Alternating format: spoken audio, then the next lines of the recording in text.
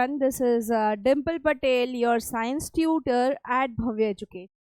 As we are continuing with the third chapter, that is metal and non-metal, we will be starting the fifth module, how do matter occurs in the nature. ठीक है, तो इससे पहले के 4 module में हमने देख लिया है क्या क्या कि भाई मेटल नॉन मेटल की फिजिकल प्रॉपर्टीज़ क्या होती हैं, दोनों की केमिकल प्रॉपर्टीज़ क्या होती हैं, प्लस हमने ये भी देखा कि वो किस तरीके से हम कहाँ कहाँ उनका यूज़ करते हैं, और यूज़ के साथ साथ हमने वो किस तरीके के बॉन्डिंग्स बनाते हैं वो भी हमने देखा। आयनिक बॉन्डिंग की प्रॉपर्टीज़ देखी, ये सारी चीज़ें हमने समझी हैं अभी तक इस चैप्टर में। अभी हम आगे बढ़ते हैं और देखते हैं कि मेटल्स नेचर में कैसे अकर करते हैं, कहाँ मिलते हैं हमें ये सारे मेटल्स जो भी अवेलेबल हैं हमारे आसपास। ठीक है, तो अकरेंस ऑफ मेटल्स को अगर हम डिस्क्राइब करें तो 2 ब्रॉड डिविजन्स हैं। एक तो भाई फ्री अपने नेटिव स्टेट में अपने आप अपने तरीके से मिल जाते हैं, जिसमें हमारे जो रेयर एंड प्रीशियस मेटल्स हैं सिल्वर, गोल्ड, प्लेटिनम, ये हमें फ्री स्टेट में मिल जाते हैं। कुछ हमें मिलते हैं कंबाइंड स्टेट में, कुछ मेटल्स जो हैं वो हमें दूसरे कंपाउंड के साथ मिले हुए या किसी और चीज़ के साथ मिक्सअप हुए कंबाइंड स्टेट में मिलते हैं। कंबाइंड स्टेट में जो हमें मेटल मिलते हैं या तो वो उसके ऑक्साइड फॉर्म में होगा, यानी कि आयरन अगर मिलता है तो आयरन ऑक्साइड के फॉर्म में होगा, या कार्बोनेट फॉर्म में होगा, या अगर हम कहें तो वो सल्फाइड फॉर्म में होगा, और कुछ नहीं तो इधर नाइट्राइट फॉर्म में होगा, नाइट्रेट्स होंगे। ठीक है, तो कंबाइंड स्टेट में जो हमें मेटल मिलते हैं वो या तो ऑक्साइड होंगे, या कार्बोनेट होंगे, या सल्फाइड होंगे, या नाइट्रेट्स होंगे। समझ आ रही है बेटा? ठीक है, अभी ये जो कंपाउंड जो फ्रीली मिलते हैं वो तो हम इजीली उनका क्लीनिंग अप करके रिफाइनिंग करके यूज़ कर लेते हैं, बट ये जो कंबाइंड स्टेट में है उसका थोड़ा हमें प्रोसीजर करना पड़ता है, उसको साफ़ सुथरा करना पड़ता है। अब साफ़ करने की क्या ज़रूरत है मैडम, है ना? तो चलिए समझते हैं कुछ टर्म्स या कुछ चीज़ें। ठीक है, जब भी कोई भी मेटल एक कंपाउंड के फॉर्म में नेचर में अकर होता है या नेचुरली अकरिंग होता है, और उसके साथ थोड़ी बहुत इम्प्योरिटीज़ यानी कि मिट्टी हो गई। देखो मेटल ये सारे हमें बिलो द अर्थ में लाइक अर्थ के क्रस्ट के नीचे मिलते हैं, टॉप मोस्ट लेयर के नीचे मिलते हैं। ठीक है, तो उनके साथ बहुत सारी इम्प्योरिटीज़ हो जाती हैं, जैसे कि सॉइल हो गया, पुराना जो कचरा सब हमने दबा दिया था ज़मीन में वो सब हो जाता है, तो उसको हम बेसिकली टर्म आउट करते हैं मिनरल्स। उनको हम क्या कहते हैं कि हम कहते हैं भाई ये सारे हमारे मिनरल्स हैं। ठीक है, तो ये जो नेचुरली अकरिंग हैं हमारे कंबाइंड स्टेट में, उनको हम मिनरल्स कहते हैं। अब इन मिनरल्स को हमें क्लीन करना है, उनमें से हमें हमारा एलिमेंट चाहिए। ठीक है, अभी देखो पहला एग्जांपल मैं मिनरल का ले रही हूँ, जहाँ पे एक माइन है, बहुत गहरी नहीं है, ये कुछ 700 फुट नीचे है, बट यहाँ से मुझे जो मेटल मिलेगा या जो मेरे काम का होगा वो तकरीबन 50% ही होगा। अगर इम्प्योरिटीज़ के फॉर्म में देखें तो पुराने जो डेड बॉडीज़ हमने दबा दिए थे बीनीथ द अर्थ, उसके कंकाल मिलेंगे, कुछ एनिमल्स के मिलेंगे, इस तरीके की इम्प्योरिटीज़ होती हैं।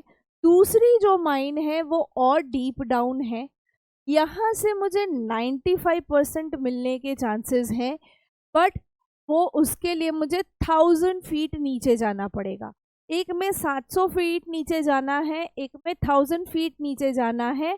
1000 फीट नीचे जाती हूँ तो मुझे 95% हमारा लाइक मिनरल मिल जाता है। ठीक है, जो तीसरी माइन है वो ऐसी है कि भाई 500 फुट पे है, पर यहाँ से मुझे 80% मिल रहा है। अभी आप कंफ्यूज कि भाई ये 750 फीट पे 50% मिल रहा है और यहाँ पे 500 फीट पे 80%, ये अलग अलग मिनरल माइंस हैं। ठीक है, हर मिनरल एक ही जगह पे मिलेगा ऐसा ज़रूरी नहीं है।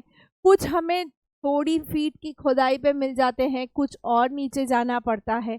तो हम डिसाइड कैसे करें कि भाई कहाँ से हम ले, है ना। ये जो सारे हैं माइंस, इसको हम क्या कहते हैं, ओर्स। पर जहाँ से हमें प्रॉफिटेबल हम एक्सट्रैक्शन करें, प्रॉफिटेबल एक्सट्रैक्शन मतलब कि भाई कम खर्चे में ज़्यादा हमें मिले, वो माइंस को हम पहले यूटिलाइज करते हैं। जैसे अभी मुझे 100 लाइक 1000 फीट नीचे गड्ढा खोदना है, पर मुझे वहाँ से 95% मिल रहा है, पर उसी के सामने दूसरी उसी मिनरल की ओर है या उसी मिनरल की माइन है जो मुझे 500 फुट खोद के 80% मिल जा रहा है। तो मैं पहले इसके साथ जाऊंगी, पहले ऊपर से जितना एक्सकवेशन होता है, ऊपर से जितना मिनरल मिलता है, मैं वो यूटिलाइज करूंगी, ठीक है। फिर धीरे धीरे मैं डीप डाउन जाऊंगी। तो ओर्स क्या है कि भाई जो माइंस या जहाँ से हमें मिनरल प्रॉफिटेबल वे में अवेलेबल हो, कन्वीनियंटली हम उसके अंदर से एक्सकवेशन कर सके, उनको हम ओर्स कहते हैं, ठीक है। फिर एक वर्ड आता है गैंग। अब आप उसको गैंग्यू और पता नहीं क्या क्या बुलाते हैं, मैं इसको गैंग बुलाती हूँ, ठीक है। अभी गैंग होता क्या है कि ओर्स के साथ जो इम्प्योरिटीज होती हैं, ओर्स के साथ कौन कौन सी इम्प्योरिटीज होती है भाई, ओर्स के साथ जो इम्प्योरिटीज होती हैं उसमें सॉइल होता है, ऑब्वियसली मिट्टी होगी, रेत होगी, रॉकी सब्सटेंसेस होंगे, ठीक है, पत्थर वगैरह होंगे, कंकड़ होंगे, उसके अलावा डेड बॉडीज रिमेन्स जो होंगे प्लांट्स के, एनिमल्स के, वो सारी चीज़ें भी अवेलेबल होती हैं इन मेटल कंपाउंड्स के साथ। तो ये जो इम्प्योरिटीज़ हैं सारी, इसको हम गैंग कहते हैं। इसको क्या कहते हैं हम, गैंग कहते हैं, ठीक है। समझ आई बात। चलिए, गैंग से आगे हम आते हैं एक स्टेप, दैट इज मेटलर्जी।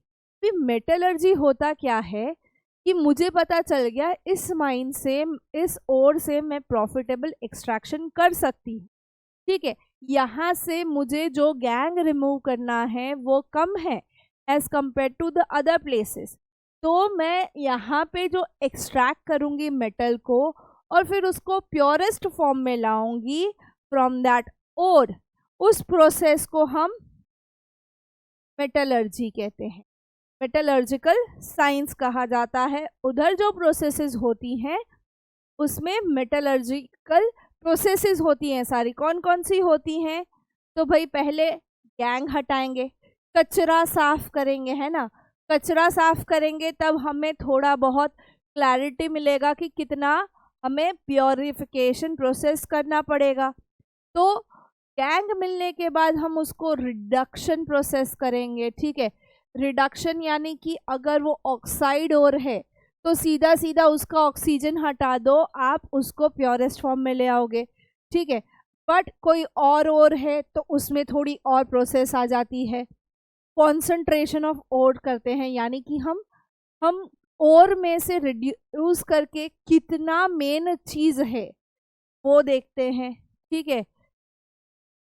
और फिर उसकी प्योरिफिकेशन या रिफाइनिंग करते हैं, यानी कि पहले कचरा हटाओ, फिर उस जो बचा है उसमें से कितना हमारा काम का है, ठीक है, वो कंसंट्रेशन चेक करो और फिर उसका रिफाइनिंग करो।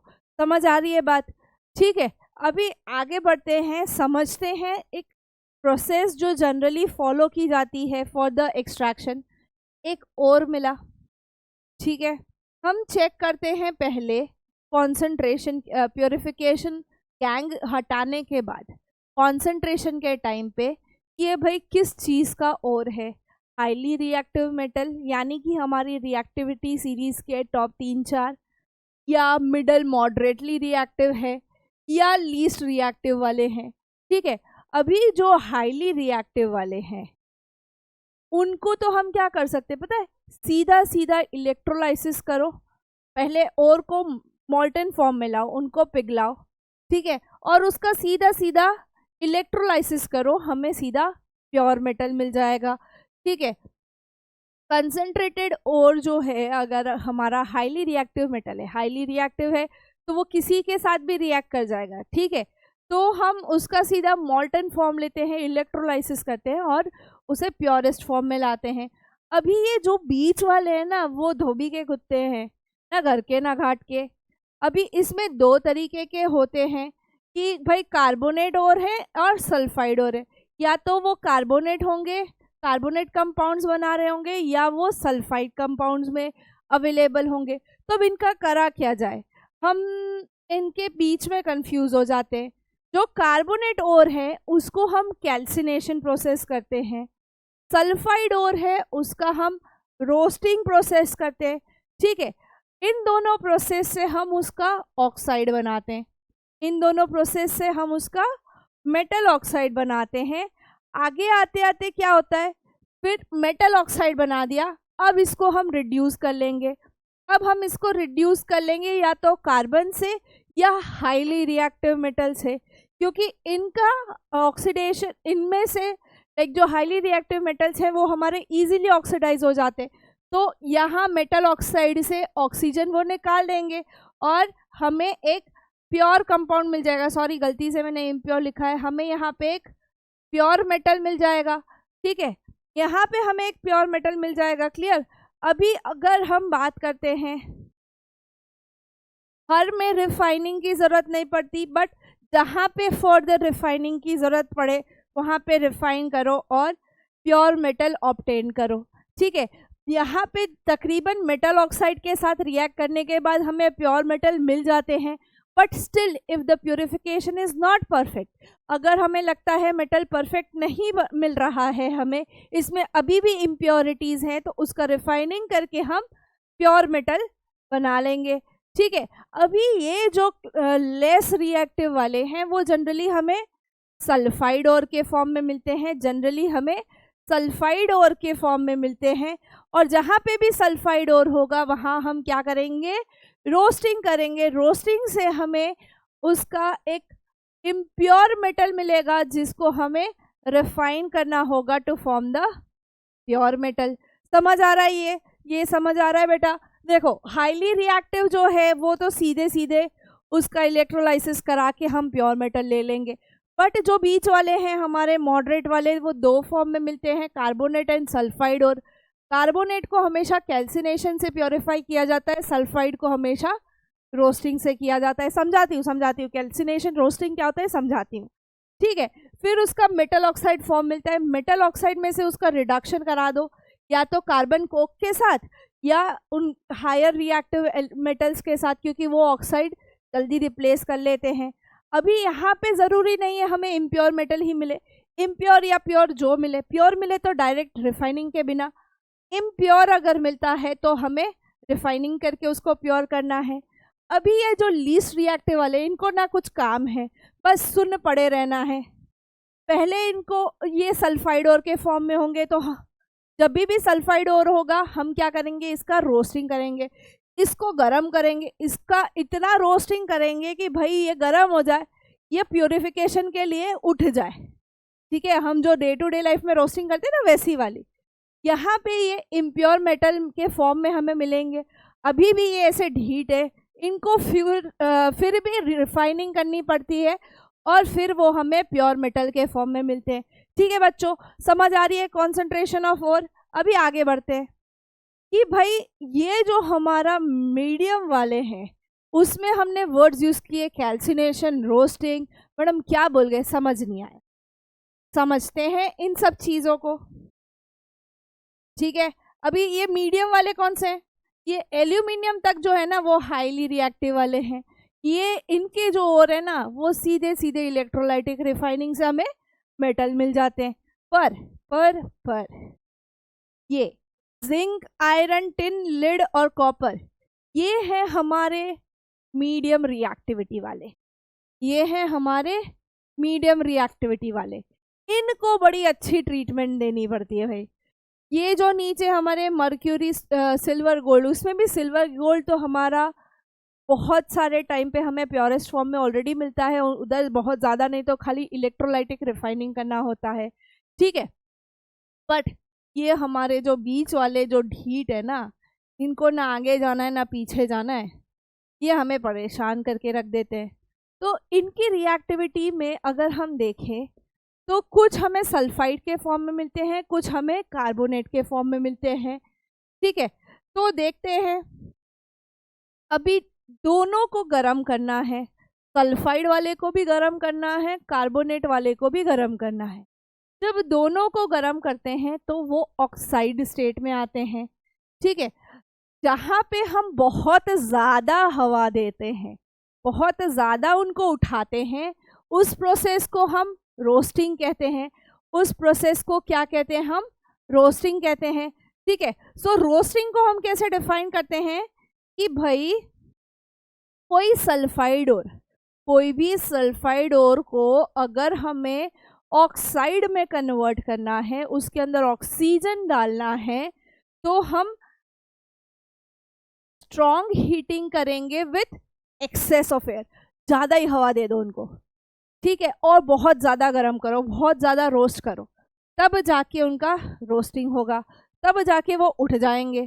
ठीक है, तो यहाँ पे जब हम एग्जाम्पल देखते हैं रोस्टिंग का, तो जिंक जो है वो हमेशा जिंक सल्फाइड के फॉर्म में मिलता है।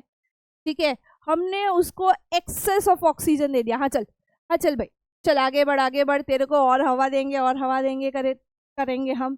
ठीक है, तो ऑक्सीजन देंगे जब, तो ये सल्फर हट जाएगा और ऑक्सीजन आ जाएगा टू फॉर्म जिंक ऑक्साइड। ठीक है, और sulphur dioxide gas as a by product मिल जाएगा हमें। क्या मिल जाएगा? सल्फर डाइऑक्साइड गैस मिल जाएगा रोस्टिंग प्रोसेस में, बिकॉज हम यहाँ पे एक्सेस ऑफ ऑक्सीजन दे रहे हैं। ठीक है, कुछ ज़्यादा ही हवा दे रहे हैं हम इनको। चलिए,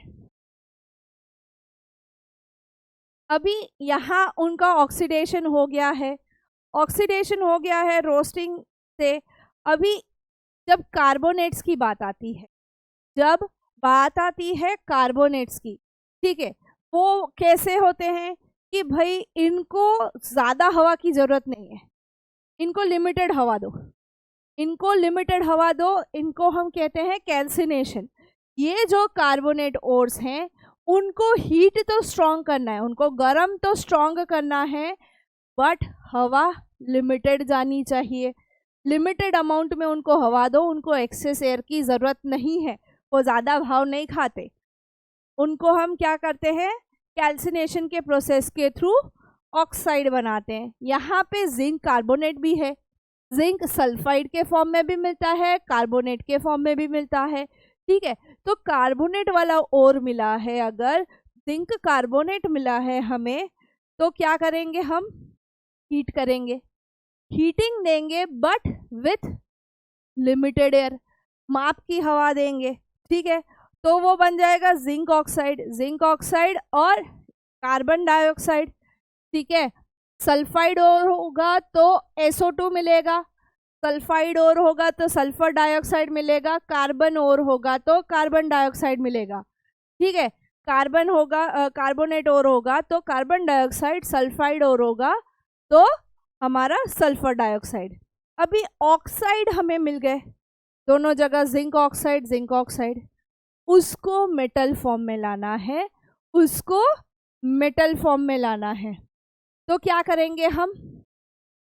ऑक्सीजन हटाना है, यहाँ से ऑक्सीजन हटाएंगे। ऑक्सीजन जब हटाते तो क्या होता है? रिडक्शन होता है, रिडॉक्स रिएक्शन याद करो। ऑक्सीजन जब हटाते हैं तो रिडक्शन होता है, रिमूवल ऑफ ऑक्सीजन। ठीक है, तो ऑक्सीजन कैसे हटाएं, कैसे रिडक्शन करें? ठीक है, चलिए, दो प्रोसेस हैं। एक है सूटेबल रिड्यूसिंग एजेंट यूज करते हैं, जैसे कि कार्बन का कोक। अब ये कोक पीने वाला कोक नहीं है भाई, पीने वाला कोक नहीं है। तो हम पेट्रोल रिफाइनिंग में हमें जो कोक मिलता है ना, पेट्रोलियम रिफाइनिंग में, वो कोक की बात कर रहे हैं यहाँ पे। ठीक है, या फिर हम क्या कर सकते हैं? Highly reactive metals like sodium, calcium, aluminium, इनके साथ इनका रिएक्शन करवा दो, तो वो क्या? ऑक्सीजन ले लेंगे, मेटल का रिडक्शन हो जाएगा, है ना। मेटल हमें प्योर फॉर्म में मिल जाएगा, अभी कोक की बात करें अगर हम, ठीक है, तो जिंक ऑक्साइड लेते हैं। जिंक ऑक्साइड को मैंने कार्बन के साथ रिएक्ट करा दिया, ये ऑक्सीजन यहाँ से हटके कार्बन के साथ लग जाएगा, है ना। तो जिंक का क्या हो गया, रिडक्शन हो गया, जिंक का रिडक्शन हो गया, कार्बन का ऑक्सीडेशन हो गया, कार्बन बना देगा कार्बन मोनोऑक्साइड, जिंक हमें मेटल के फॉर्म में मिल जाएगा। ज़रूरत पड़े तो उसका और इलेक्ट्रोलाइटिक रिफाइनिंग करो, या यहीं पे जिंक हमें प्योरेस्ट फॉर्म में मिल जाता है, ठीक है। तो कार्बन के साथ रिएक्ट करा दो, सीधा सीधा हमें वो मिल जाएगा, ऑक्सीडेशन उसका हो जाएगा, ठीक है। जो दूसरा हमारा है हाईली रिएक्टिव मेटल वाला, ये केस थोड़ा समझने वाला है। यहाँ पे मैंगनीज ऑक्साइड, हमारा मैंगनीज और है जो हमें ऑक्साइड फॉर्म में हमने इसको लाया है, ठीक है। इसको हम रिएक्ट करा रहे हैं highly reactive metal like aluminium से। तो यहाँ पे क्या होगा ना, ये ऑक्सीजन हट के एल्यूमिनियम के साथ चला जाए, तो मैग्नीशियम हमारा हमें रेगुलर स्टेट में मिल जाएगा, मैग्नीशियम हमें हमारा ऑक्सीडाइज स्टेट लाइक उसका एलिमेंटल स्टेट मिल जाएगा, ठीक है। यहाँ हम क्या कर रहे हैं, मैग्नीशियम ऑक्साइड को हीट कर रहे हैं, किसके साथ, एल्यूमिनियम पाउडर के साथ। एल्यूमिनियम पाउडर के साथ जब हीट करते हैं तो जो हीट प्रोड्यूस होती है उसकी वजह से मैंगनीज हमारा मॉल्टन स्टेट में आ जाता है, मैंगनीज हमारा मेल्ट डाउन हो जाता है, ठीक है। और क्या बन जाता है, manganese plus aluminium oxide Al2O3, ठीक है। क्या बन जाता है, Al2O3, मैंगनीज रिड्यूस हो गया, ठीक है, मैंगनीज का रिडक्शन हुआ और यहाँ पे बहुत ज़्यादा हीट प्रोड्यूस हो गई, बहुत ज़्यादा हीट प्रोड्यूस हो गई, उसकी वजह से मैंगनीज मॉल्टन स्टेट में आ जाता है। ये हम कहाँ यूज़ करते हैं पता है आपको, मेटल को मेल्ट डाउन करने का ये तरीका ऑक्सीडाइज करके, या हम कहें रिडक्शन करके मेटल को मेल्ट डाउन करना। आपने रेलवे ट्रैक्स को सील करते हुए देखा है, रेलवे ट्रैक्स जब एक दूसरे से के साथ चिपकाई जाती हैं, या आयरन जब एक दूसरे के साथ लगाया जाता है, तो वो जो हीट देते हैं ना, वेल्डिंग का काम जो होता है ना, वो ये होता है बेसिकली, ठीक है। वो ये वाला काम होता है कि भाई यहाँ पे जो मेटल है जिसको हमें जोड़ना है उसको इतनी हीट दे कि वो मेल्ट डाउन हो जाए, मॉल्टन स्टेट में आ जाए। मॉल्टन स्टेट में आने के बाद वो एक दूसरे के साथ जुड़ जाते हैं, ठीक है। बैलेंस हो गया भाई, बैलेंस, ठीक है। रेलवे ट्रैक्स और मशीन के क्रैक पार्ट को रिपेयर करने के लिए हम ये रिएक्शन यूज़ करते हैं। इसके अलावा आयरन के साथ भी ये प्रोसेस होती है, आयरन के साथ भी ये प्रोसेस होती है, ठीक है। जिसको हम एक स्पेशल रिएक्शन देते हैं नाम, दैट इज़ थर्माइट रिएक्शन, जहाँ पे हम एक्सेसिव हीट दे के मेटल को मेल्ट डाउन करते हैं, उसको हम कहते हैं थर्माइट रिएक्शन। देखो आयरन ऑक्साइड का एग्जाम्पल Fe2O3, ठीक है। आयरन का ऑक्सीडेशन जब होगा वो हो जाएगा Fe2O3 ऑक्साइड बनाएगा, बट उससे रिएक्टिव मेटल हमारा एल्यूमिनियम, तो ये हो जाएगा Al2O3 और आयरन हमें प्योरेस्ट फॉर्म में मिल जाएगा, ठीक है। आयरन हमें प्योरेस्ट फॉर्म में मिल जाएगा। बैलेंसिंग कर लेते हैं थोड़ा, हो गया बैलेंस हमारा, ठीक है। ये हमारा बैलेंस रिएक्शन है, क्लियर। तो आयरन को भी जब हम एल्यूमिनियम पाउडर के साथ हीट करते हैं, हम जब उसको हीट करवाते हैं तो यहाँ पे आयरन मेल्ट डाउन हो जाता है, एल्यूमिनियम ऑक्साइड बनाता है और बहुत सारी हीट रिलीज होती है। कुछ इस तरीके से इस थर्माइट प्रोसेस का रिएक्शन होता है। आपने बहुत बार ऐसी चीज़ें होते हुए देखी होंगी आपके आजू बाजू, रेलवे की पटरियाँ नहीं पर आपके घर के आसपास वेल्डिंग काम तो आपने देखा होगा, ठीक है। इसको हम क्या कहते हैं, थर्माइट रिएक्शन, जहाँ पे बहुत ज़्यादा अमाउंट ऑफ हीट इवॉल्व होती है, ठीक है। और उस हीट के वजह से मेटल्स जो हैं हमारे, मेटल्स जो हैं वो मॉल्टन स्टेट में आ जाते हैं। और ये पूरा जो रिएक्शन होता है, जो एक्सेसिव हीट के वजह से मेटल हमारे मॉल्टन स्टेट में आते हैं, उसको हम कहते हैं थर्माइट रिएक्शन। उसको हम कहते हैं थर्माइट रिएक्शन। चलिए आगे बढ़ते हैं। अभी जो लो रिएक्टिविटी वाले हैं, जो लो रिएक्टिविटी वाले, मीडियम वालों को समझ लिया, लो वालों को थोड़ा समझ लेते हैं। बेचारे शांत शांत से बैठे रहते हैं। लो रिएक्टिविटी वाले हैं, या तो वो फ्री स्टेट में एग्जिस्ट करेंगे लाइक गोल्ड, प्लेटिनम, ठीक है, सिल्वर, या कुछ कंबाइंड स्टेट में होंगे लाइक हमारा मर्क्यूरी एंड कॉपर, ठीक है। मर्क्यूरी जो है वो चिनाबार के नाम से जाना जाता है, मर्क्यूरी HgS, ठीक है, सल्फाइड और है। अभी कॉपर का एक्सट्रैक्शन थोड़ा समझते हैं हम, ठीक है। कॉपर सल्फाइड, जब भी सल्फाइड और होगा तो हम क्या करेंगे, रोस्टिंग करेंगे, हाई को रोस्ट करेंगे, मस्त मज़ेदार एक्सेसिव ऑक्सीजन देके उसका ऑक्साइड बनाएंगे, और बाई प्रोडक्ट क्या बनेगा, सल्फर डाइऑक्साइड। एक्सेसिव हीट में हम इसको, एक्सेसिव हीट जब पास करेंगे इन द हम एक्सेसिव हीट देंगे in the presence of excess of air, ठीक है, तो ये कॉपर ऑक्साइड बनाएगा, ठीक है, और बाई प्रोडक्ट बनाएगा सल्फर डाइऑक्साइड गैस, ठीक है। तो सल्फाइड और हमारा जो था कॉपर सल्फाइड वो ऑक्सीजन के साथ रिएक्ट कर गया, बना दिया कॉपर ऑक्साइड। रोस्टिंग करी हमने, यहाँ पे हमने इसको रोस्ट किया, कॉपर सल्फाइड को रोस्ट किया, बैलेंस हो गया भाई, ठीक है। अभी ये जो कॉपर ऑक्साइड मिला, ये जो कॉपर ऑक्साइड मिला, इसका रिडक्शन करना पड़ेगा, इसका रिडक्शन करना पड़ेगा, ठीक है। तो हम क्या करते हैं, फिर से यही कॉपर सल्फाइड के साथ रिएक्ट करा देते हैं, हम यही कॉपर सल्फाइड के साथ इसका फिर से रिएक्शन करा देते हैं।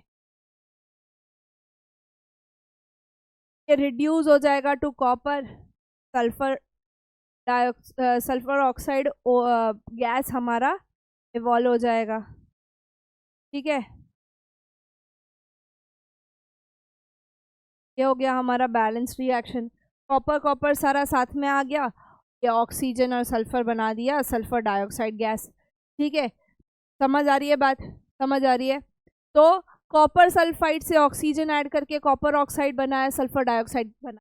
अभी इसी कॉपर ऑक्साइड का ऑक्सीडेशन के लिए हमने क्या किया, या रिडक्शन के लिए हमने ऊपर से कॉपर सल्फाइड ले लिया, या जो हमारा और था कॉपर सल्फाइड का वही लिया, उससे हमें कॉपर मिला और सल्फर डाइऑक्साइड सल्फर ऑक्साइड मिला, ठीक है। अभी मर्क्यूरी HgS चिनाबार, मैंने आपको बोला अभी, ठीक है,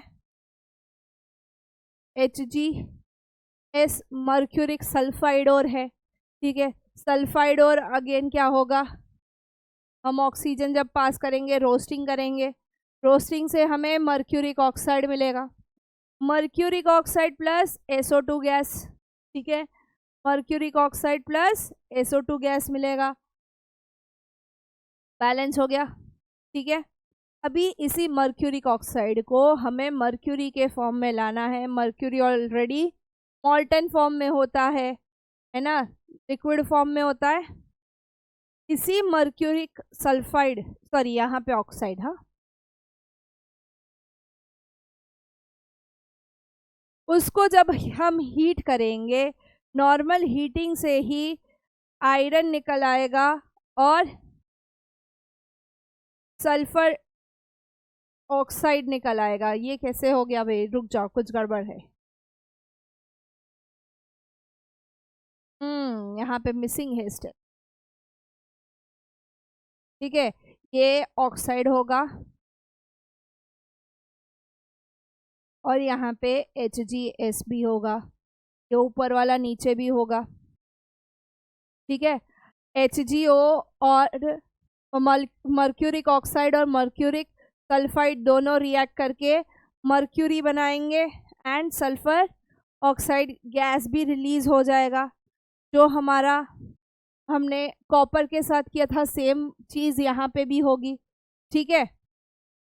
अभी ये जो मेटल मिले, इसका रिफाइनिंग करना पड़ेगा, इसको प्योरेस्ट फॉर्म में लाना पड़ेगा, इलेक्ट्रोलाइटिक रिफाइनिंग के थ्रू इलेक्ट्रिसिटी पास करके हमें इसे प्योरेस्ट फॉर्म में लाना है, ठीक है, मेटल का जो रिडक्शन प्रोसेस होता है टू द प्योरेस्ट फॉर्म, वो बहुत अलग अलग प्रोसेसेस से होता है। इसमें स्टिल जो इम्प्योरिटीज़ बची हैं उसको रिमूव करना, वो हम इलेक्ट्रोलाइटिक रिफाइनिंग के थ्रू करते हैं। ठीक है, स्टिल जो भी इम्प्योरिटीज़ हैं उसको रिमूव आउट करना प्योरेस्ट मेटल फॉर्म में लाने के लिए, प्योरेस्ट मेटल फॉर्म में लाने के लिए। और जब हम वो रिफाइनिंग के थ्रू या हम इलेक्ट्रिसिटी पास करके जब यूज़ करते हैं तो इलेक्ट्रोलाइटिक रिफाइनिंग कहते हैं। ठीक है, तो कैसे होता है इलेक्ट्रोलाइटिक रिफाइनिंग, समझते हैं। कॉपर का ये एक सेटअप है हमारा जनरली।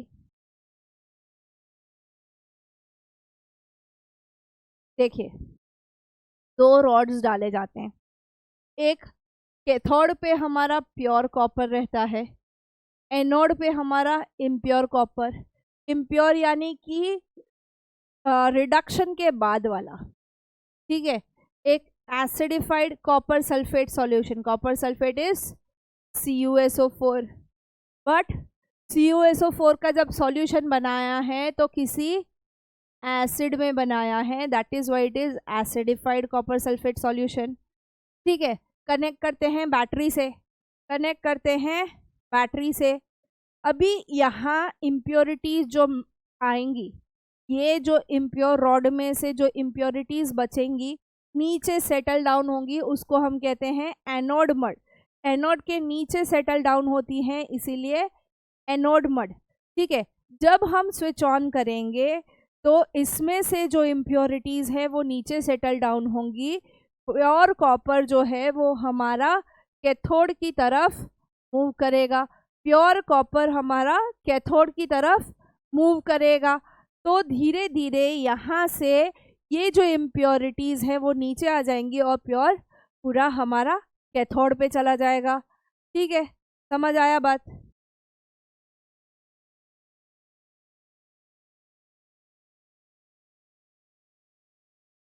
अभी ऐसा क्यों होता है कि एनोड के नीचे सारा मड इकट्ठा हो जाता है?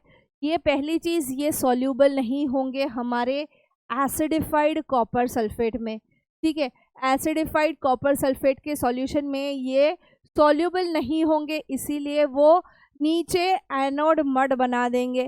ठीक है, तो ये हमारा बेसिक सेटअप है for electrolytic refining of copper.